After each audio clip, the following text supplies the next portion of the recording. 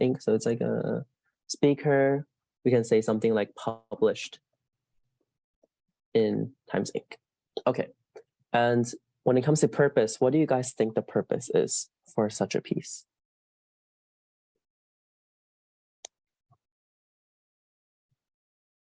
Any ideas? So why did this author write this paper, basically? What's the author's position, I guess, on tech?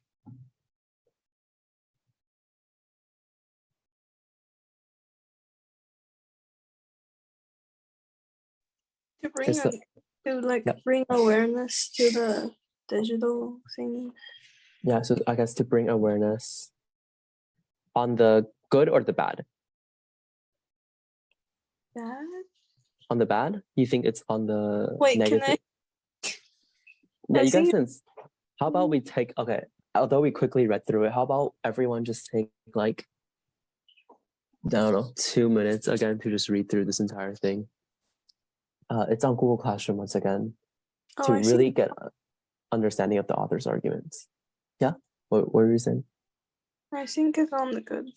On the good, to bring awareness on the potential positives. And maybe contradict the thought parents have of technology being bad.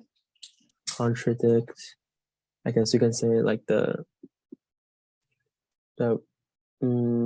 yeah, so we can say, what's the word? I can't really think of it right now.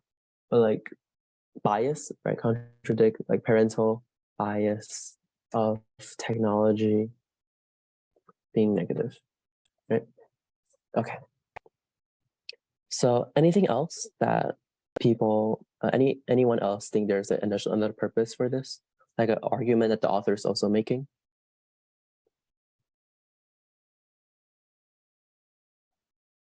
If not, then we can move on to the audience then. So who do you guys think the audience is for this work? Who is addressed by this? Maybe kind of for parents. Kind of for parents, yeah. So we can say parents, yes. Anyone else?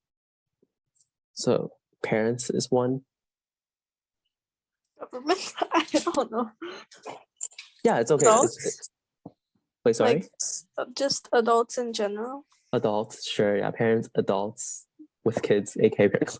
Yeah, just adults. So like it's published in a magazine, so people who read magazines, right?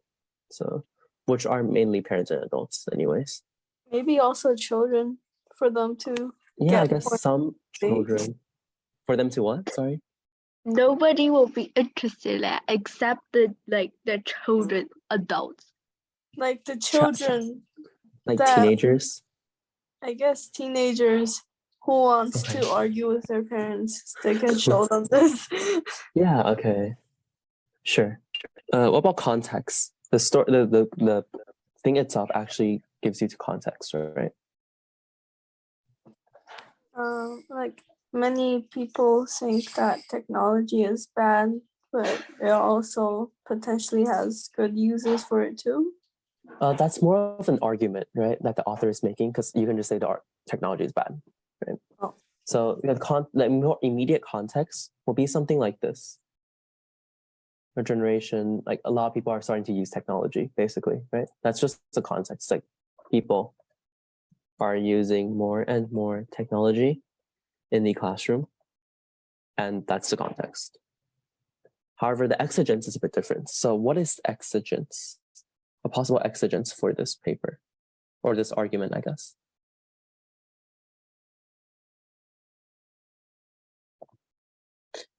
Just like a reminder, exigence is like the reason for speaking. So is there any possible thing or any possible event that prompts the author to want to speak on this problem, or not necessarily problem, but topic?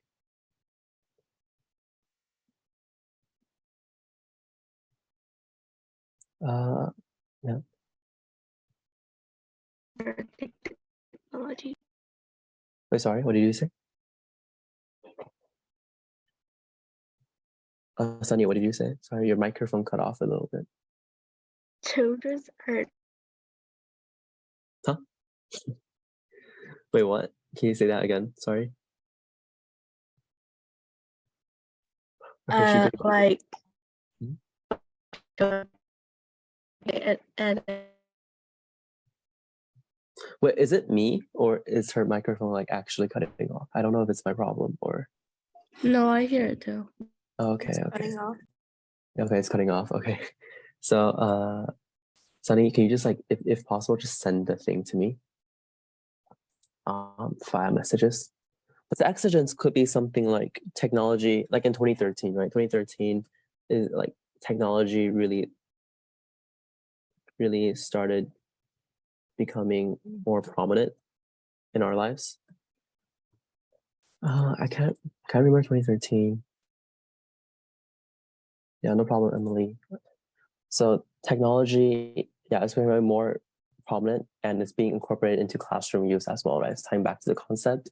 But also we see the emergence of social media at the time, right? So although like things like Facebook have already become prominent, like have already existed, 2013 is when it really took off. So things like Facebook, Instagram, right? And at that time, MySpace too, even though it's dead now, right? These things were very popular at the time. So emergence of social media was also a possible exigence. And it's actually one thing the author cites as a potential negative, right? Social media making kids feeling negative about their lives. Okay, on to the more difficult section for this. Yes, so Sunny also says like a possible concern would be children are getting addicted to like technology usage, which damages their body and hurts their eyesight, right? Which damages their body / hurts / their eyesight. Even though I feel like my eyesight has always been bad regardless of my use of technology. Okay, so on to the more difficult section of this. What choices and rhetorical appeals are there present in this that the author leverages to kind of talk about her points?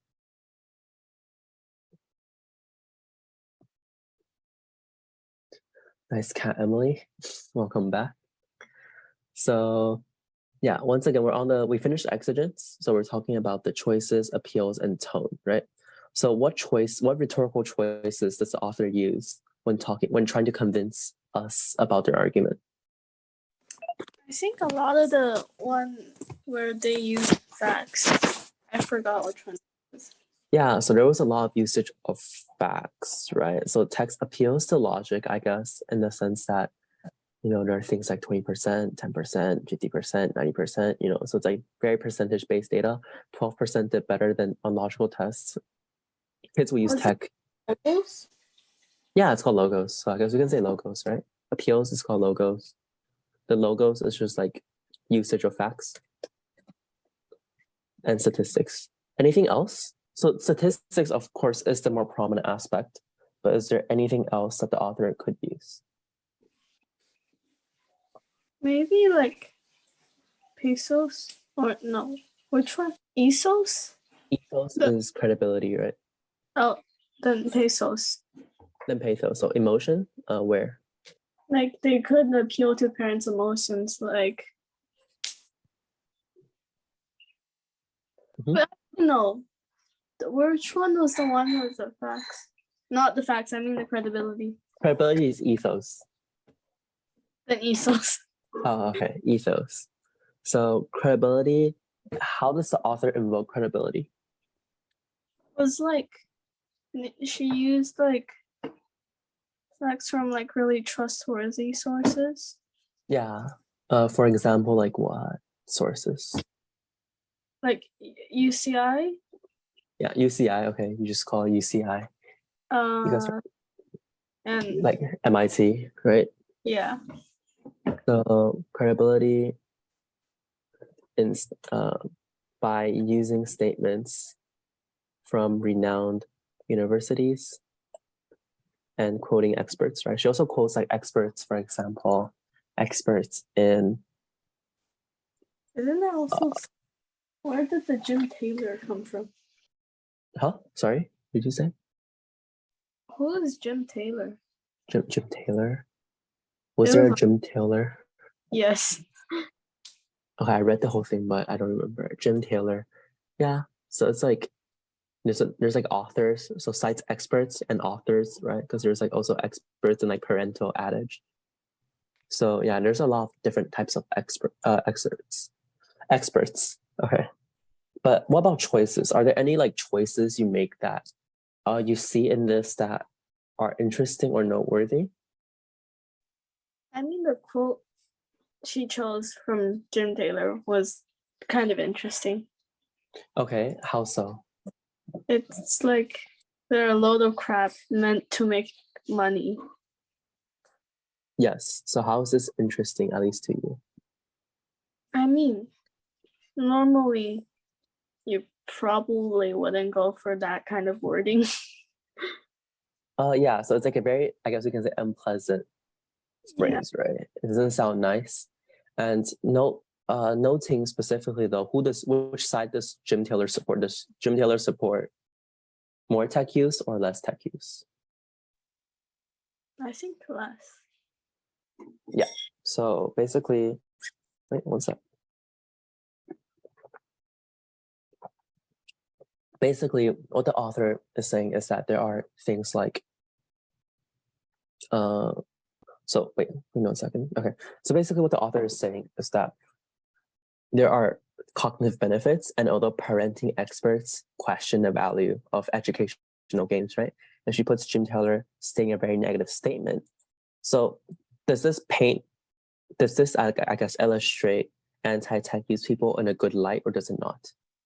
It kind of makes them seem more rude. Yeah, so we can say like bias quoting, right? Although it's not explicitly a rhetorical, it's not like a device like alliteration or repetition. It is a choice the author made, which is like, I guess, bias quoting for like bias like quotes, right? So whereas like quotes for, MIT and those who support this is presented generally more neutrally and more neutral in an objective manner. People who are against tech usage are portrayed as more opinionated, we can say, right? For example, you can say some games develop creativity, loosely words, right? But I don't see any benefit. Ward-off kids knit and build things and paint, a lot of practical and creative endeavors. So this is also a person that's, I guess we can say Lucy is also a person that's anti-tech use. And in their quote, it's much more open. Like you notice how these quotes are much more opinionated than the facts that they cite from, for example, MIT or UCI regarding tech usage. So there is evidence to support that the author is using more bias/opinionated quoting, right? Quoting for people who are against tech use in classrooms. Are there any other things that you guys notice? What type of structure is this paper? Or not paper, it's not paper. Like what kind of structure is this reading?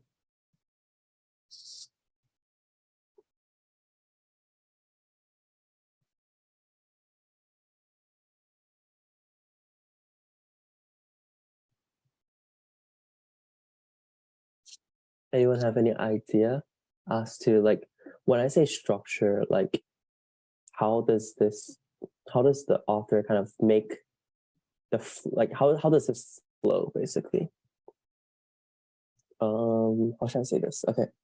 Let me ask you a question, which is, when reading this, right? Let's say we read the first 3 paragraphs. Do you guys know which position the author is taking? Yeah, definitely. Really? Well, actually, Okay, so no. let's read the first 3 paragraphs, right? So the first paragraph is talking about the context. The second paragraph is saying that people are sending their kids to not touch tech, and the third paragraph is like, who's right? So from the very beginning, from the first 3 paragraphs alone, do we know what the author is arguing for? Is the author, in this case, the mom trying to protect her kids, or the dad who's coaching his kids? Which one is it? You don't really know. Yeah, so we don't really know, but why? Why don't we know? So you know how like when I always said like for like good writing, academic writing, you're supposed to put your thesis, I guess, in the beginning, right? So I'm supposed to, from the get-go, understand what you are talking about.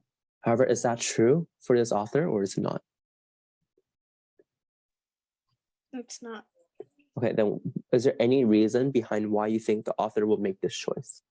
So we can note that there's a choice, right? The author remains rather ambiguous about her position until later. So why? Why do you think you will do this? To like seem more fair, maybe, like make it so like it seems like her article is less opinionized.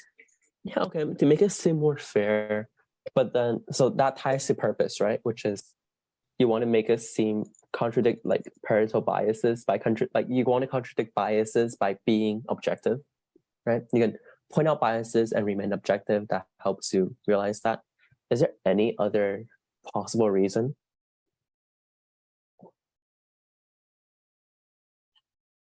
Okay, so like at least what I noted down was interesting is that the author, after even talking about the thing in depth, right? Even here until paragraph 6, so like first half of her argument, it's both sides, right? So it's like, oh, it's actually negative. So it's actually quite interesting. For example, she then talks about the parental adage, right? So who's right? And then she talks about the parental adage of tech use being wrong. Then she talks about how TV leads to hyperactivity, and there seems to be a correlation with that in tech use. And then there's like people, like parental experts and like schools that say that you don't really need tech.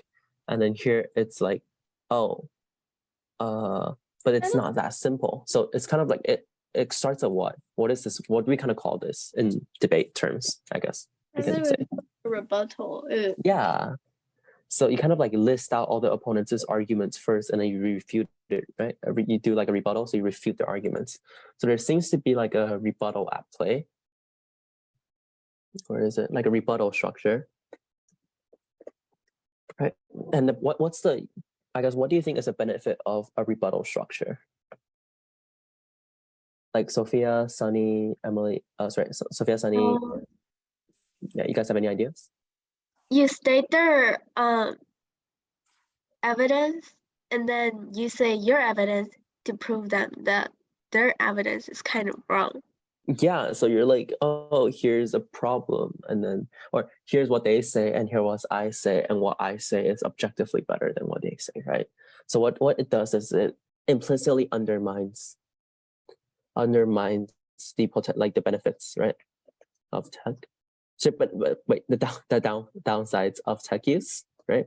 So this rebuttal structure, what allows the author to do is list all the opponent's argument and then refute it one by one to make it more transparent and more obvious that her argument innately is just better, right? And it also creates this feeling of the author being, once again, more objective, because, oh, I'm listing their position as well, but their position is just wrong. So I'm telling you their position, but I'm just saying it's wrong. So it's kind of the best of both worlds, right? You get to remain, at least in the reader's perspective, more objective. And once again, still get your point across, which is good. Okay. Yeah, Emily, you're raising your hand.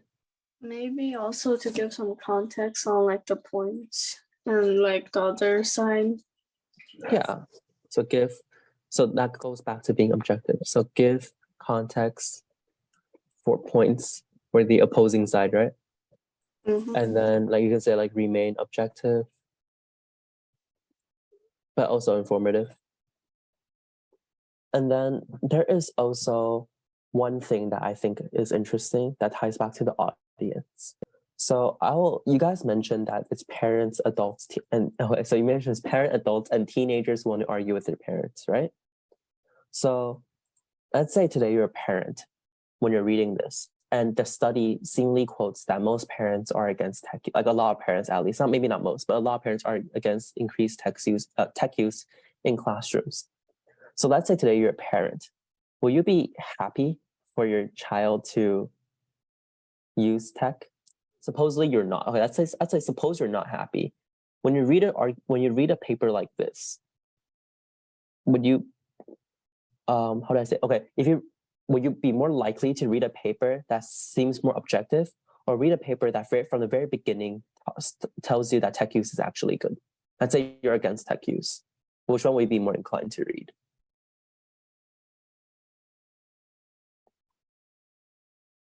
Okay, let me phrase this again. So let's say today you're a parent, right? Today you're a parent who is against tech use in classrooms. Would you be more inclined to read an argument that, that talks about context to begin with, or read an argument that's like, oh, from the very beginning, oh, tech use in classroom is so good. If you don't do it, you're wrong. Who are you more likely to listen to? The first one.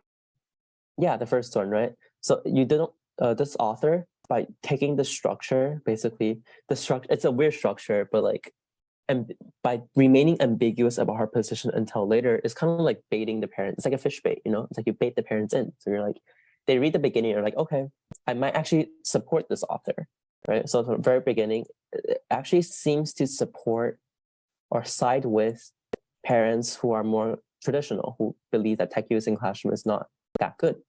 In fact, the first 6 paragraphs are all in support of that movement, right? So by doing this, you make the parents who are against tech use read your article. And then when they start actually, like, instead of just like making them read the first paragraph and they're like, oh, I don't agree with this position, I'm just gonna stop reading it, you lure them in 6 paragraphs and then you start talking about your position. And then by doing this, they're more inclined, or they're more likely to read out your entire paper as well. Right? So it's actually it's a pretty in-depth understanding of the audience. Knowing that audience will comprise of parents who are most likely against tech use, the author remains ambiguous on her position. And by doing so, allows the people who she's trying to convince to actually read her argument and not just ignore her from the very beginning.